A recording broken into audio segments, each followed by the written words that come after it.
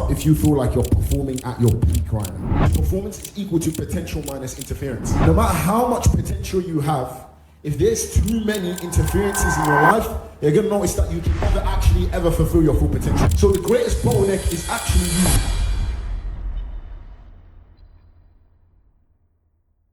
Assalamu alaikum wa rahmatullahi wa barakatuhu.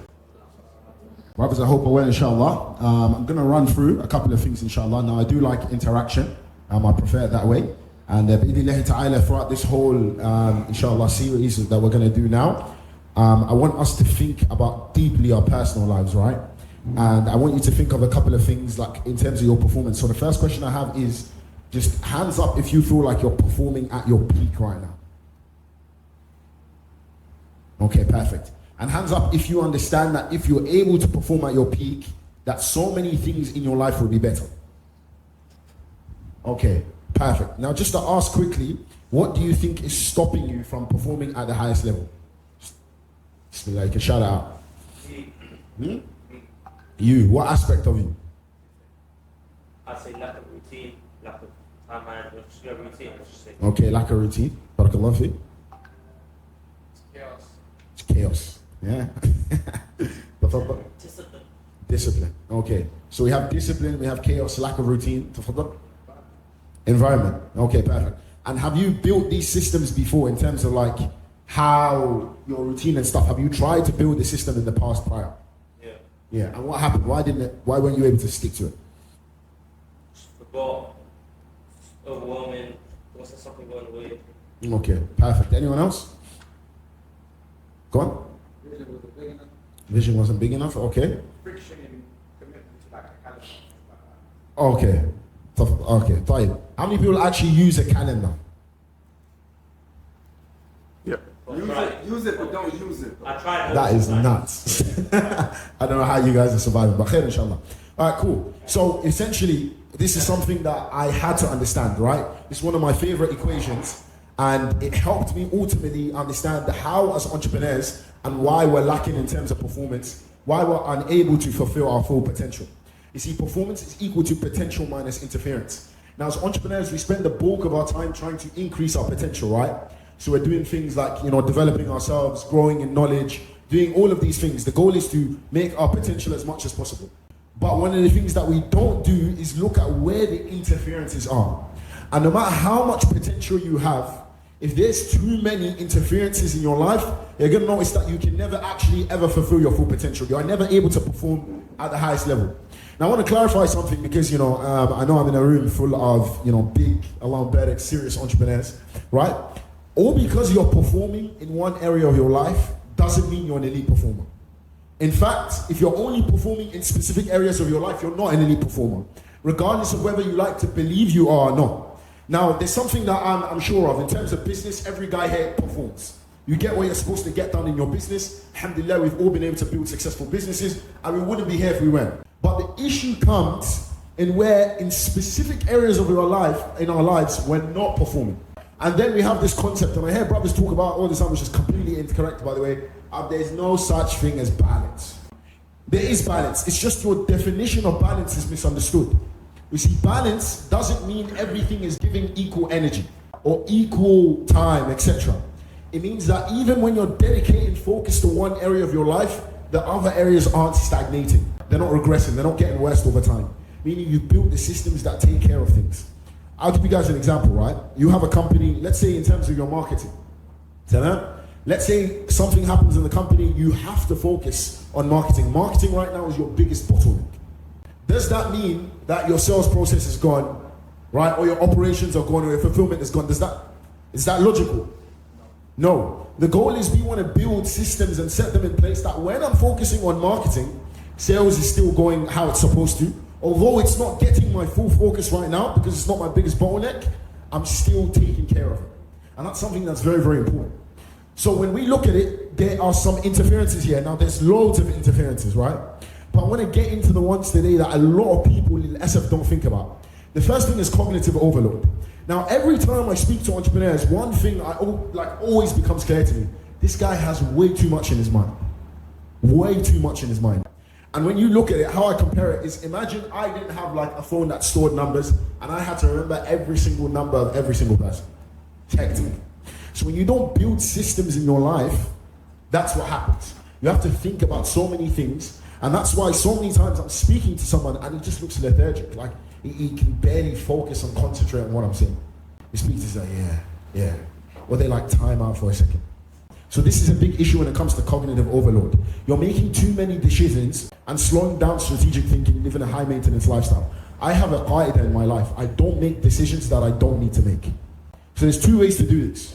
Number one, you make a decision one time that allows you to what? Never need to make that decision again. Like in terms of my diet, what I eat, my ear has a sheet of the things I eat. I never ever decide what I'm gonna eat today or where I'm gonna eat.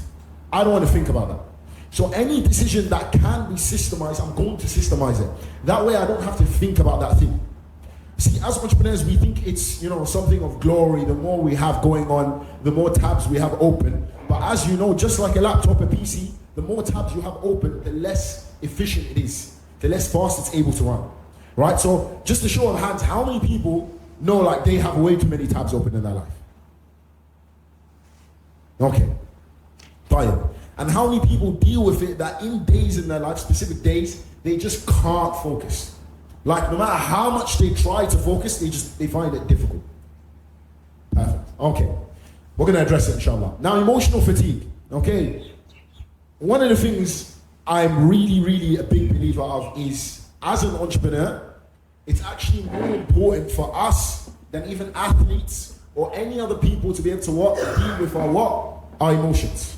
Sometimes I meet brothers and in emotional situations happens in their life. Let's say there's an argument with his wife. And now when he steps into his office, he can't focus. He's on a meeting, it's clear that something has happened to this guy. His emotions have affected him that much that he genuinely can't do anything. So there's a lot of mental weight that comes from running a business, managing people, making deep moves. If you don't learn, now I'm all for removing aspects of emotion that you don't believe in. Now there's two things I follow when it comes to performance, okay? It's limiting things that I don't need to deal with, number one. And the second one that's really, really important is what? Is finding a way to deal with those things. Is anyone familiar with the word entropy? Chemistry, right? Yes. I don't remember the definition. All right? Entropy. Is that like fatigue? It's chaos, right? Chaos. With molecules, how they react. Exactly, perfect. What entropy actually is, it's a law in physics, right?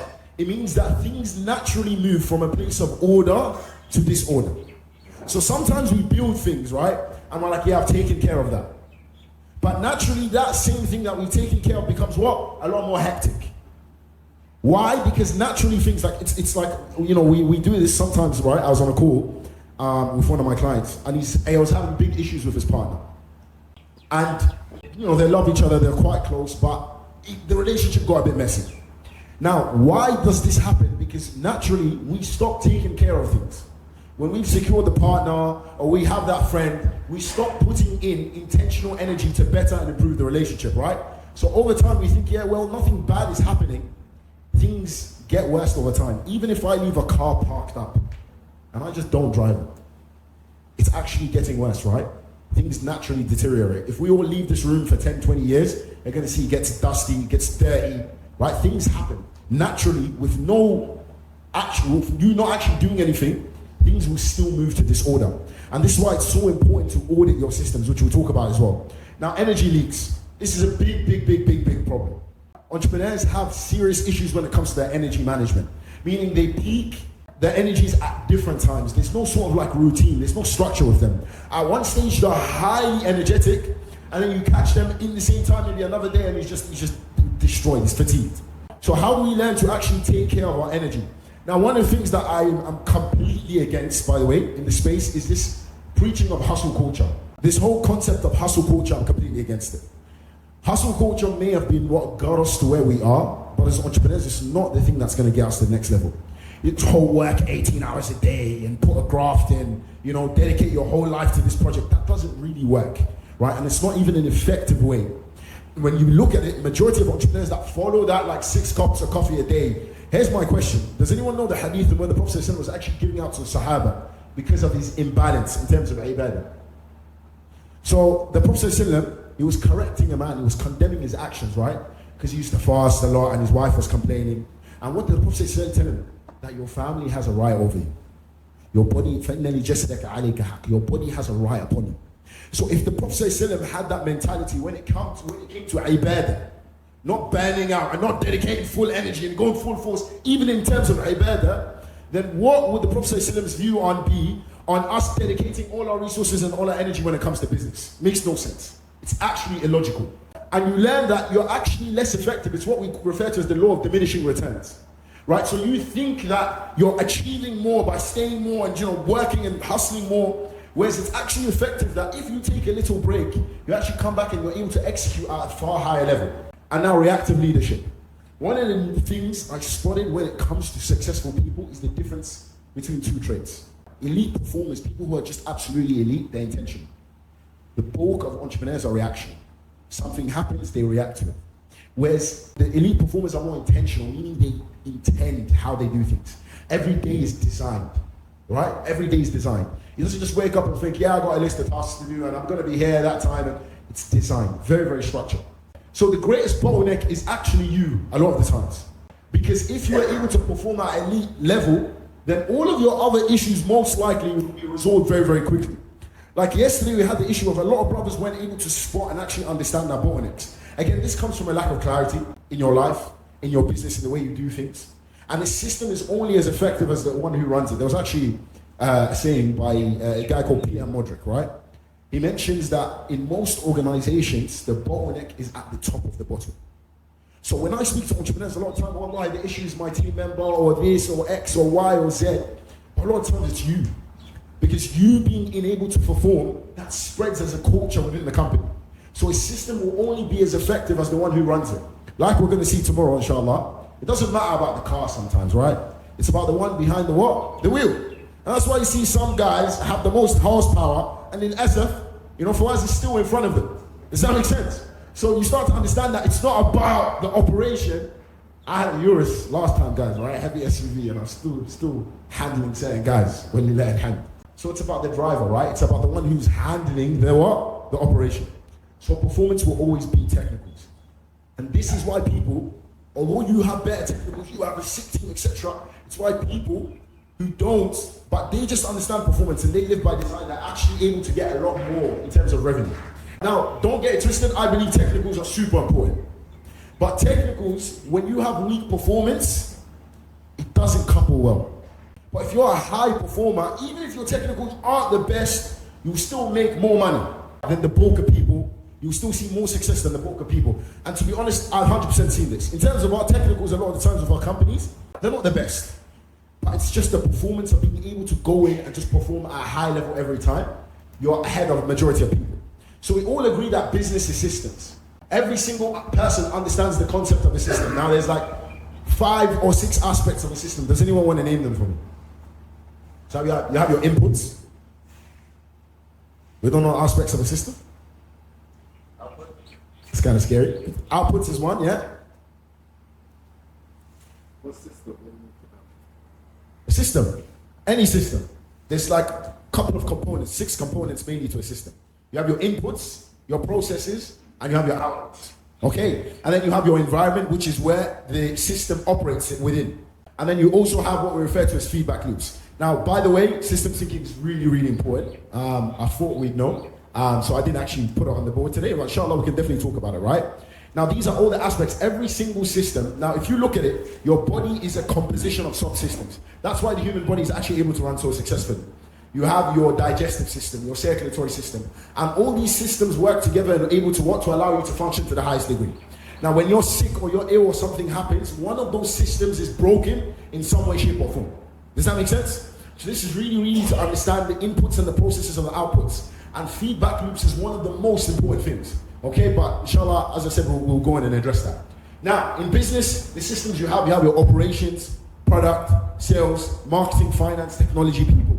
Now, those are all separate systems, but what do we understand when it comes to systems thinking? It's about understanding that every system is correlated. Every system affects each other, right? So we have this concept of interconnected parts. Meaning your operations is going to affect your product is going to affect your sales, your marketing ultimately affects your sales as well, your technology is going to affect your finance, people are going to affect does that make sense?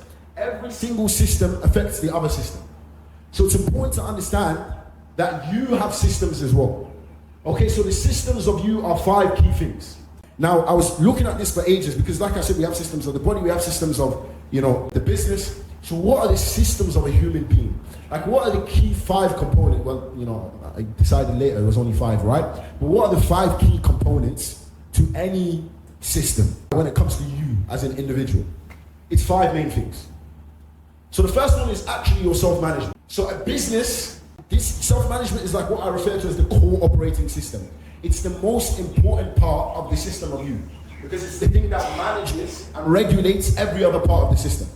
Does that make sense? Are we all together, guys, yeah? No, I'm getting a bit complex with the terms, inshallah. But the point is, it's the core part. Your ability to manage yourself. And then there's 4 key pillars when it comes to self-management. It's your spiritual, mental, physical, and executive. So a business without a leader is lost. A leader without self-management is weak. High performance starts with managing you. You have to be able to manage yourself. So we have spiritual, which is your connection with Allah, your purpose, presence, and worship. You have your mental system, which is clarity, focus, emotional resilience, making decisions. You have your physical, and also your executive, which we'll break down as well. So now health is the most important thing. Now, when you look at it, the majority of entrepreneurs actually live very, very, very unhealthy lifestyles. Very unhealthy lifestyles. And due to this, they actually can't get the best out of themselves. They say a sick man has 1 wish, a healthy man has 1,000 wishes.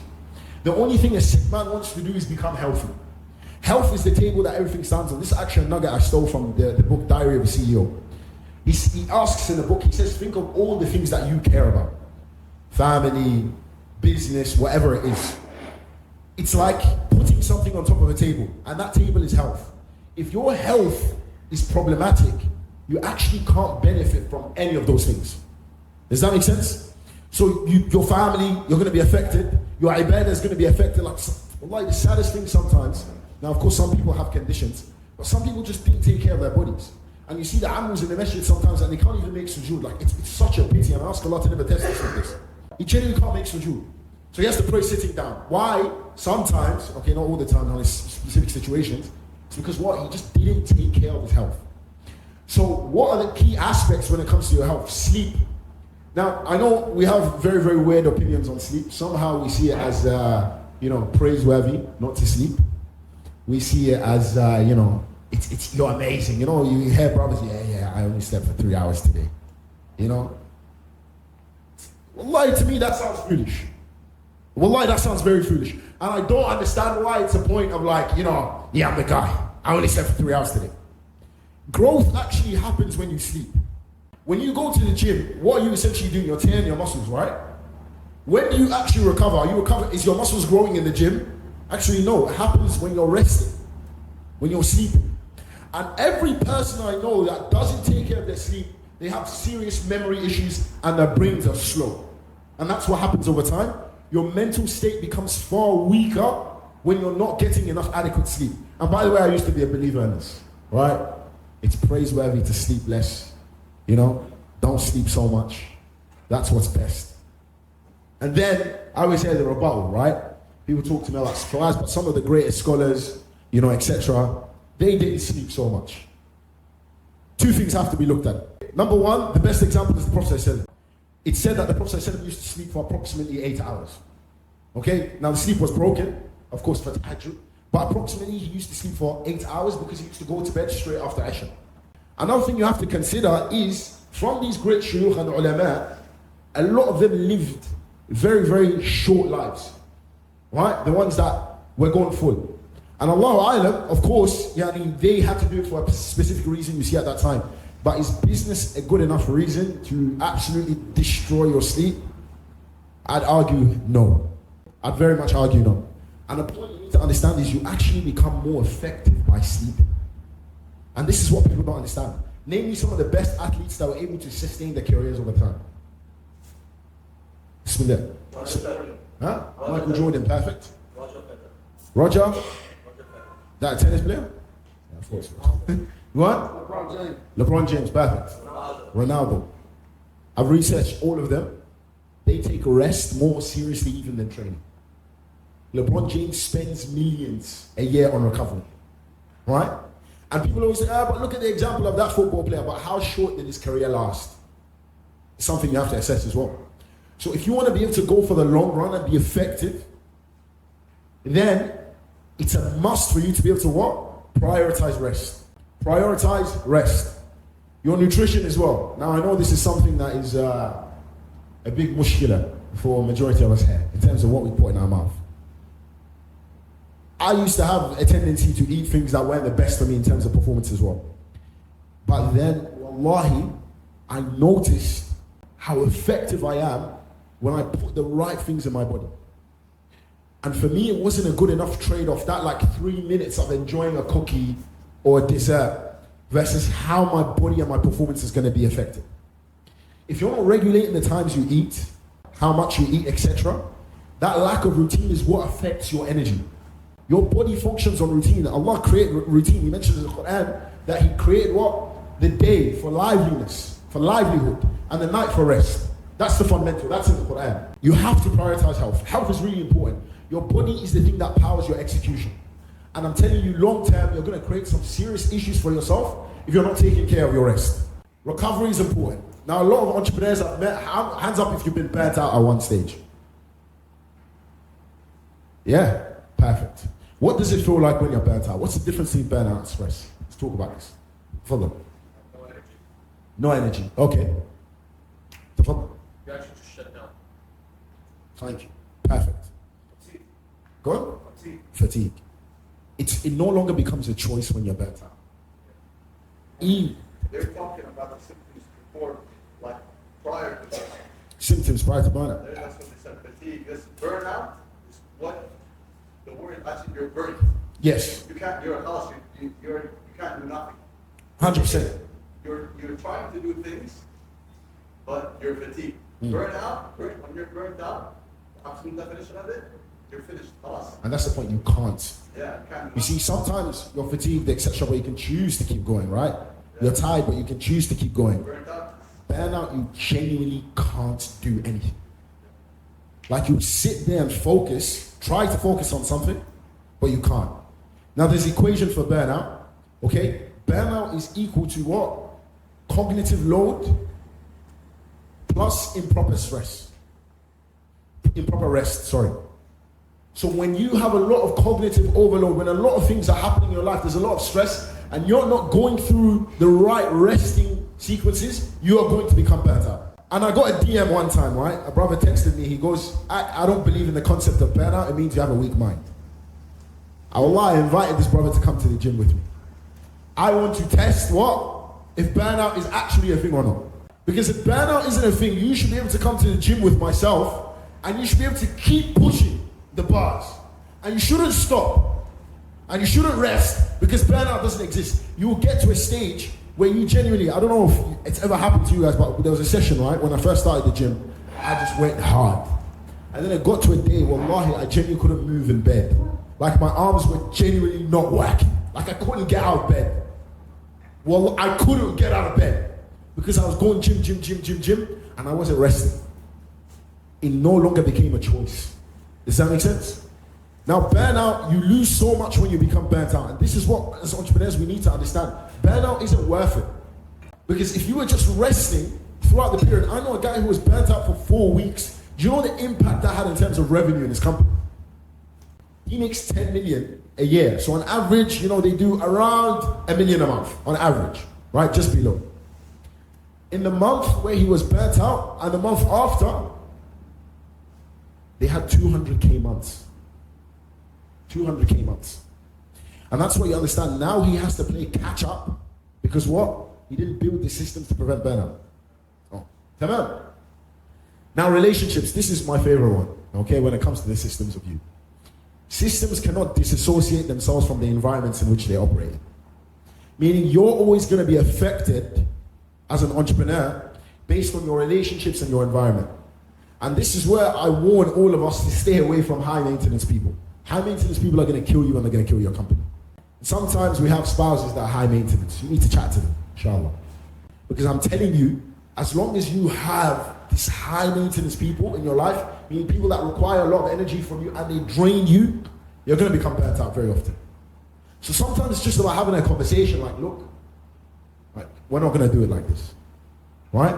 For me, anyone who is high maintenance in my life that isn't required to be in my life, I very, very quickly get rid of them. Even sometimes it's an employee, maybe he's really good at his job, but he's just way too high maintenance. You want to get rid of them. High maintenance people are going to drain your blood. They're going to suck your blood and leave you dry.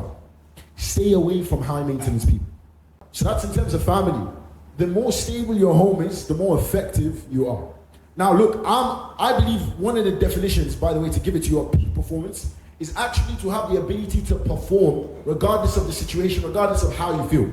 But studies have clearly shown that the better of a mood you are in, the better your work is. The more successful your execution is. So it's always about making sure and giving towards the things that put you in a good mood and limiting the things that steal from your mood, like your mood, your energy. And this is something entrepreneurs don't do enough. Now, another thing that's, by the way, important, it's not from relationships, but another aspect of high maintenance are the things that we own. The things that we own. I owned a lot of things, right? At one stage, I was just buying, when you start making money, so you just buy more and more and more and more things. But you realize that the more expensive things you buy, the more maintenance they requires. And that's more cognitive load, right? So I'm a big believer in getting rid of as many things that you don't need in your life as possible. I remember I went back to Ireland one time, right? And I was, back to my family's house. And my brother was kind of, fixing the room and stuff. I hadn't been there in a while. And I seen under the bed, like I had this suitcase of clothes, right? I'm like, perfect. I'm going to bring that with me. And my brother said something that was very, very, very key to me. He says, if you were able to survive this whole time without knowing the clothes were here, you probably don't need to bring them with you. And you learn the concept of that is a man who wants to travel far, travels light. Does that make sense? So the less things you own, honestly, the better. Right? Your brain can't tell between like really important decisions and small decisions sometimes. So even like when you own loads of clothes and loads of things like what to wear, that's cognitive load. Now you can build systems for these things. Like for me, I have 7 thoughts, okay? You might think it's weird, but yeah, I've just systemized it to that point. I have 7 thoughts. And one just has every day. The white one is obviously for Friday. And it's just how I like to operate. Does that make sense? In terms of clothes, I just, a couple of joggers. And I choose the same couple of colors. You probably won't see me wearing outside of like blue, cream, white and black. It's just too much for me, all right? Because then I noticed I start spending a lot, right? I want to buy this to match this thing, and this thing's a weird color, so you know what I'm saying? And where from, background I'm from, we like to buy a lot of things, all right? As soon as we came from a background of no money, so the second money touches our account, it has to be spent. But you're not just spending the money, you're spending your cognitive load, right? So you have a boat, right? I'm on bet, guys. See how I'm bet.